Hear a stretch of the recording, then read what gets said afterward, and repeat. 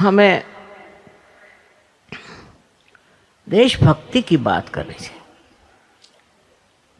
देशभक्ति जरूरी आनी चाहिए। देश के इतिहास में क्या क्या हुआ और कितने लोगों ने अपना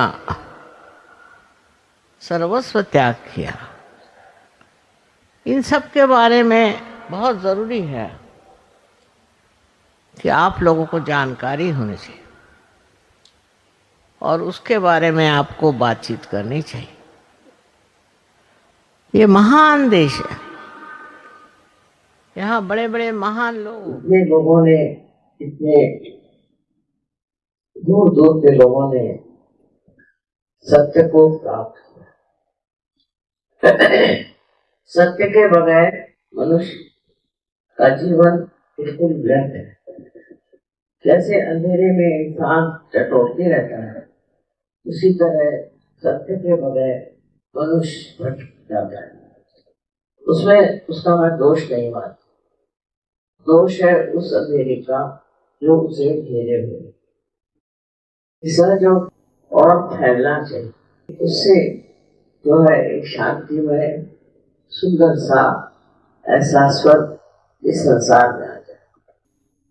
और हिंदुस्तान में ये कार्य बहुत जोरों में हो रहा है। उसका कारण ये है कि भारतवर्ष एक योग भूमि, एक पुण्य भूमि, और इस पुण्य भूमि में इस तरह का कार्य होना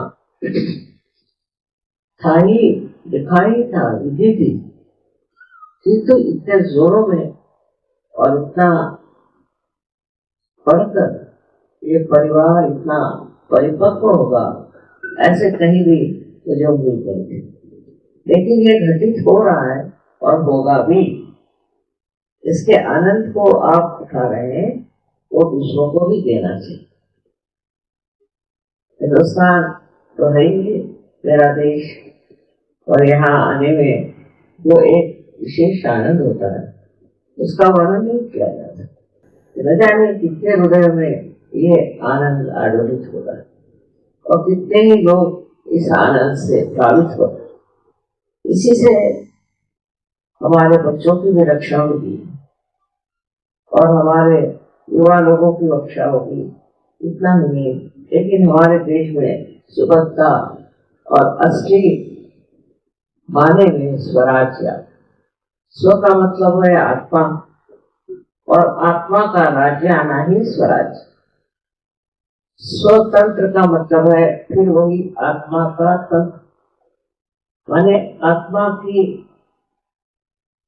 टेक्निक। ये दोनों आनी चाहिए और वो आ गई है।